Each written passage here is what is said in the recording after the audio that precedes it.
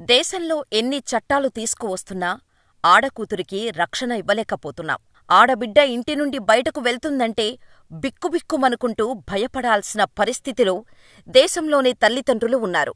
బయటకు వెళ్లిన కూతురు తిరిగి క్షేమంగా ఇంటికి చేరేదాకా తల్లిదండ్రులను భయం వెంటాడుతూనే ఉంటుంది. దేశంలో ఆడపిల్ల ఉన్న ప్రతి తల్లిదండ్రులు ఎప్పుడు ఏ వార్త వినాల్సి వస్తుందోనన్న భయంతో బ్రతుకుతున్నారు. ఇటువంటి ఘటనే మహారాష్ట్రలోని పూణేలో చోటు చేసుకుంది. ఓ యువకుడు చిన్న కారణానికే తన సహోద్యోగిని చంపేశాడు. ఆఫీస్ పార్కింగ్ ఏరియాలో అంతా చూస్తుండగానే కత్తితో నరికేశాడు. తీవ్ర గాయాల పాలైన ఆమె చికిత్స పొందుతూ మృతి చెందింది. ప్రస్తుతం ఇందుకు సంబంధించిన వీడియో నెట్టింట వైరల్ అవుతోంది. ఆ పూర్తి వివరాలు ఈ వీడియోలో తెలుసుకుందాం. మహారాష్ట్రలోని పూణేకు చెందిన WNS గ్లోబల్ ఇంటర్నేషనల్ BPO కంపెనీలో 28 ఏళ్ల సుభదా శంకర్ అకౌంటెంటుగా పనిచేస్తోంది. ఈ క్రమంలోనే ఆమెకు అక్కడే పనిచేస్తున్న కృష్ణ సత్యనారాయణ కన్నౌస్ పరిచయమయ్యాడు. ఇద్దరి మధ్య స్నేహం కుదిరింది. అయితే వీరిద్దరూ మంచి స్నేహితులు కావటంతో అప్పుడప్పుడు ఇద్దరూ తమ అవసరాల నిమిత్తం ఒకరి నుంచి మరొకరు అప్పులు తీసుకుంటూ ఉండేవారు. ఉన్నప్పుడు వాటిని తిరిగిచ్చేస్తూ స్నేహం కొనసాగించారు. అయితే ఈ మధ్య వీరిద్దరి మధ్య డబ్బు విషయంలో మనస్పర్ధలు వచ్చాయి. ఈ గొడవల కారణంగా ఇద్దరూ మాట్లాడుకోవటం మానేశారు.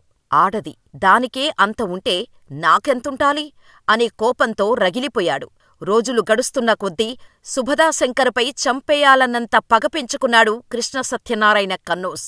చంపడం కోసం పక్కా ప్లాన్ కూడా వేసుకున్నాడు. ఓ కత్తిని కొని తన దగ్గరే పెట్టుకున్నాడో ఏమో తెలీదు కాని డిసెంబర్ 9న ఎప్పట్లాగానే ఆఫీస్కు వెళ్లాడు.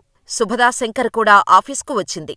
ఆఫీస్ టైం అయిపోవటంతో ఇంటికి వెళ్లేందుకు సుభదా శంకర్ పార్కింగ్ ఏరియాకు వెళ్ళింది.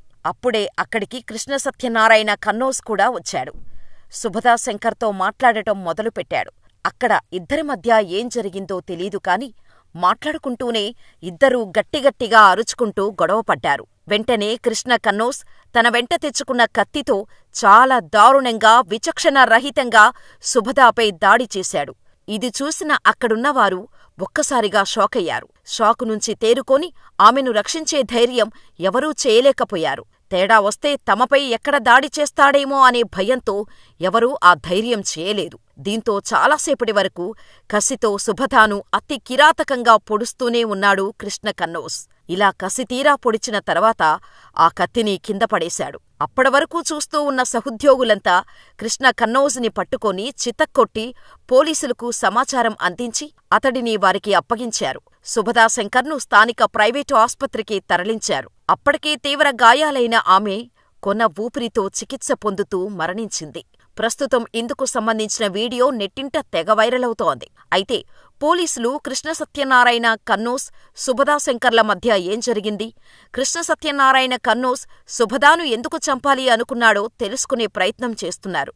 అయితే ఈ కేసుకు సంబంధించి ఇంకా పూర్తి వివరాలు తెలియలేదు. కృష్ణ సత్యనారాయణ కన్నౌస్ సుభదా శంకర్ను ఎందుకు చంపాలి అనుకున్నాడని మీరనుకుంటున్నారో మాకు కామెంట్ చేయండి.